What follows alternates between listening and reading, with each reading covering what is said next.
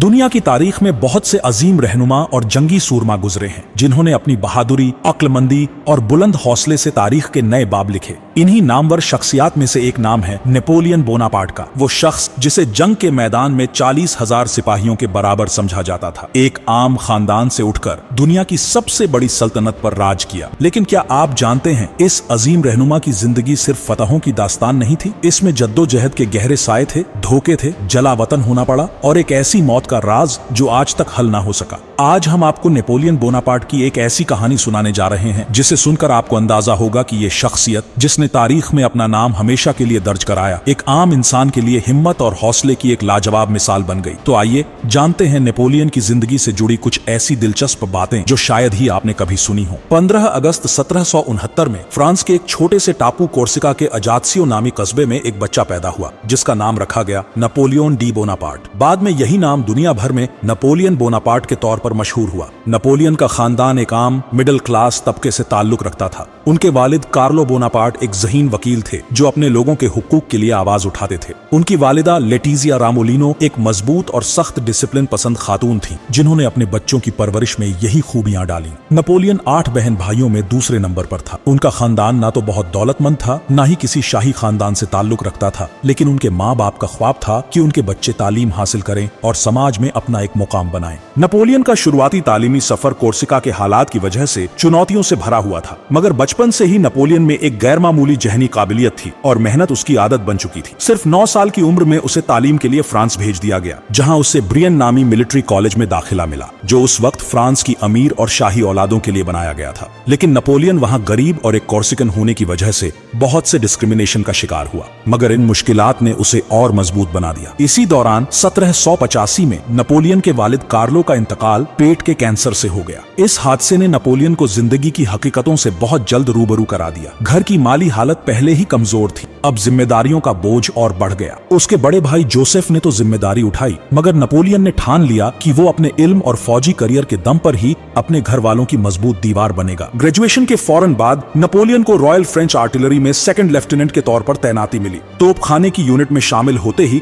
उसने अपने जज्बे और मेहनत से सबको हैरान कर दिया। एक नौजवान सिपाही होते हुए भी नेपोलियन ने बहुत जल्द तरक्की की राह पकड़ ली। उसकी लीडरशिप और तेज फैसलों ने उसे दूसरों से अलग बना दिया। 18वीं सदी के आखिरी दौर में फ्रांस के सियासी और समाजी हालात तेजी से बदल रहे थे। मुल्क में गुर्बत, बेरोजगारी और शाही हुकूमत की बेरुखी के खिलाफ अवाम का गुस्सा बढ़ता जा रहा था। सन 1789 में फ्रांस में फ्रेंच रेवोल्यूशन की शुरुआत हुई, जिसने न सिर्फ बादशाह लुईस 16 की हुकूमत को हिलाकर रख दिया, बल्कि फ्रांसीसी समाज के तमाम तबकों में एक नया शूर और ताकत का तवाजुन पैदा कर दिया। इस तारीखी इनकलाब का मकसद एक ऐसा समाज बनाना था जहां हर आम इंसान को बराबरी और इंसाफ के हक मिले और जहां ताज और तख्त की ताकत सिर्फ खास तबकों तक महदूद ना रहे। उसी इनकलाब के दौरान फौजी मोर्चे पर कई बगावतें, इख्तलाफात और ताकत की जंग जारी थी। सन 1793 में फ्रांस के दक्षिणी बंदरगाही शहर टूलन में एक बड़ी बगावत फूट पड़ी। टूलन एक स्ट्रैटेजिक स्थान था क्योंकि यहाँ पर फ्रांस की नौसेना का एक बड़ा हिस्सा मौजूद था और इसे ब्रिटिश और स्पेनी फौजियों ने भी घेर रखा था। शहर में बादशाही समर्थक ताकतें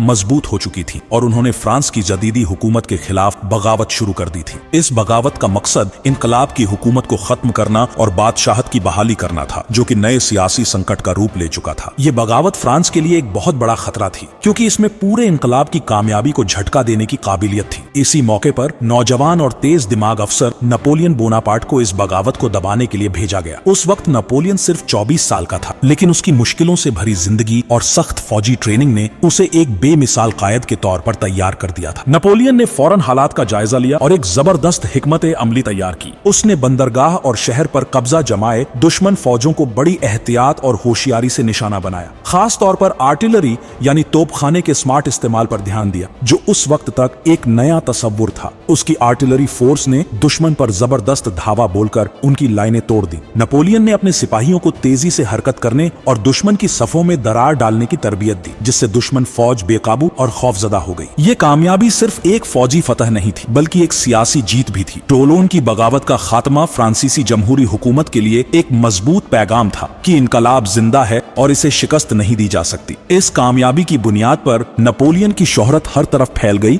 और फ्रांस की केंद्रीय सियासी असेंबली यानी कौमी असेंबली की नजरों में उसकी कद्र व मनसबत काफी बढ़ गई। नेपोलियन को ब्रिगेडियर जनरल के ओहदे पर तरक्की दी गई, जो उस दौर में एक गैर मामूली इज्जत और बहुत बड़ी जिम्मेदारी मानी जाती थी। ये ओहदा लेने के बाद नेपोलियन ने अपनी फौजी हिकमत अमली में और निखार लाया और इसने तजुर्बे को अपनी आने वाली तमाम कामयाबियों की बुनियाद बना दिया। ये वाकया नेपोलियन की जिंदगी का बहुत अहम मोड़ था, क्योंकि उसने जवानी में ही अपना नाम एक कामयाब सिपह सालार के तौर पर उठाया और उसे इनकलाब की क़यादत के इक़्तिदार के रास्ते पर गामजन किया। इस फतह की बदौलत नेपोलियन ने न सिर्फ अपनी फौजी सलाहियतों का इजहार किया, बल्कि इनकलाब के मकसद और उसके उसूलों के लिए बेहद वफादारी भी साबित की। इसलिए टोलोन की जंग न केवल नेपोलियन के करियर की पहली बड़ी कामयाबी थी, बल्कि इसने उस वक्त के राजनीतिक मंजरनामे को भी बदल कर रख दिया था। नेपोलियन बोनापार्ट की जंग लड़ने की जो सोच थी वो उस वक्त के आम फौजी उसूलों से बिल्कुल अलग और इनकलाबी थी। शायद यही वजह थी कि उसने मैदान ए जंग में एक के बाद एक कामयाबी हासिल की। नेपोलियन को यह बात जल्दी समझ आ गई थी कि सिर्फ बड़ी और भारी भरकम फौजें ही जंग नहीं जीतती। इसी सोच के चलते उसने अपनी फौज को छोटे छोटे दस्तों में बांट दिया था, जिन्हें वो खुद कंट्रोल करता था। ये यूनिट्स दुश्मन पर तेजी से हमला करते, जगह बदलते और उनके पूरे प्लान को हिला देते थे। उसकी यही चालें उसे हर जंग में दूसरों से कई कदम आगे रखती थी। नेपोलियन की एक खास बात यह थी कि वो हमेशा कोशिश करता था कि दुश्मन को ऐसी सिचुएशन में फंसा दे जिसकी उसे उम्मीद ही ना हो। जंग के दौरान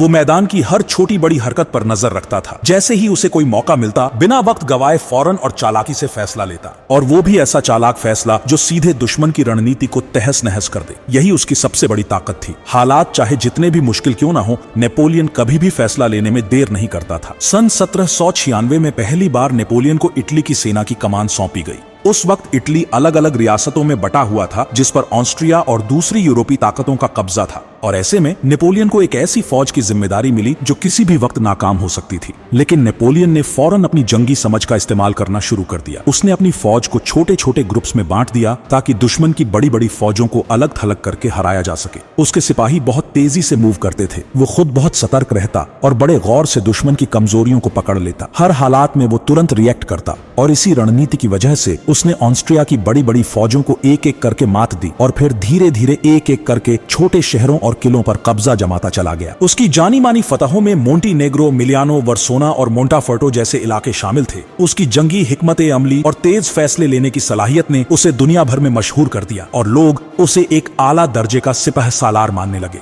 और उसने साबित कर दिया कि वो सिर्फ एक फौजी नहीं, बल्कि एक असरदार सियासतदान और हुक्मरान भी बनेगा। इटली की फतह ने फ्रांस में उसकी सियासी पकड़ को और भी मजबूती दी। अब नेपोलियन की जिंदगी का सबसे बड़ा सफर शुरू होने वाला था, एक ऐसा सफर जो पूरे यूरोप के नक्शे को बदल कर रख देगा। साल 1804 में नेपोलियन को फ्रांस का बादशाह बनने का एजाज मिला। पेरिस के मशहूर और तारीखी नोत्र दम कैथेड्रल में एक बेमिसाल तकरीब हुई, और वहां नेपोलियन ने वो किया जो आज तक किसी ने नहीं किया था। उसने खुद अपने हाथों से अपने सिर पर ताज रखा, ताकि ये खुलकर दिखा सके कि वो किसी के माताहत नहीं, बल्कि एक खुद मुख्तार हुक्मरान है। इसी तकरीब में उसने अपनी बीवी जोजेफिन को भी खुद ताज पहनाया और उसे मलिका बनाया। शहनशाह बनने के बाद नेपोलियन ने फ्रांस की ताकत को पूरे यूरोप में फैलाना शुरू कर दिया। एक के बाद एक जंगी मुहिमों और फतहों के जरिए उसने यूरोप के बड़े हिस्सों को अपनी सल्तनत में शामिल कर लिया। और सिर्फ यही नहीं, उसने अपने खानदान को भी सत्ता में जगह दी। भाई जोसेफ को नेपल्स और स्पेन का बादशाह बनाया, लुई को हालैंड का और जेरोम को वेस्टफालिया का। अपनी बहनों की शादियां यूरोप के अलग अलग शाही घरानों में करवाईं,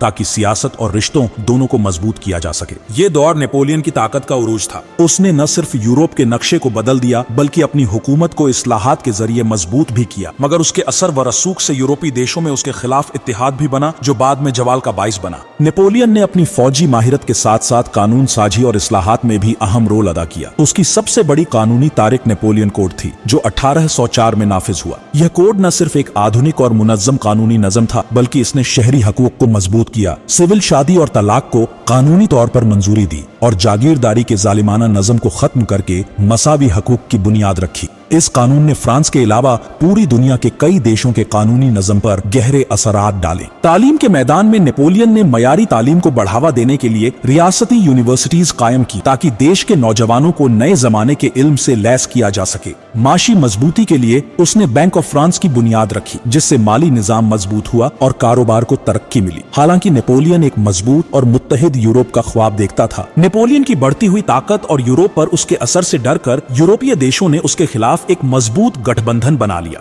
नेपोलियन की सबसे बड़ी गलती यह थी कि उसने 1812 में रूस पर हमला किया और अपनी सेना को एक बेहद कड़े मौसम और मुश्किल प्रतिरोध के बीच डाल दिया। रूस का ठंडा मौसम, लंबी और खराब सप्लाई लाइनें और रूसियों की रणनीति ने फ्रांस की बड़ी सेना को बुरी तरह से नुकसान पहुंचाया। हजारों सिपाही सामान की कमी और सख्त हालात की वजह से मारे गए या जख्मी हो गए और इस मुहिम ने नेपोलियन की फौजी ताकत को बेहद कमजोर कर दिया। इस तबाही के बाद यूरोपीय ममालिक, खासतौर पर बर्तानिया, ऑस्ट्रिया, पर्शिया और रूस ने मिलकर नेपोलियन की ताकत का खात्मा करने के लिए अहम कदम उठाए। 1815 में वाटरलू की लड़ाई हुई, जो नेपोलियन की शिकस्त और पतन का फैसला कुन मोड़ साबित हुई। इस जंग में नेपोलियन की फौज को बर्तानवी और परुशियन फौजों ने बेहतरीन रणनीति के साथ शिकस्त दी और ये हार नेपोलियन की सियासी और फौजी बादशाहत का खात्मा साबित हुई। नेपोलियन को अपनी पहली शिकस्त के बाद एल्बा नामी टापू पर जला वतन कर दिया गया, जो इटली के किनारे के करीब एक छोटा सा जजीरा था। लेकिन नेपोलियन हार मानने वालों में से नहीं था।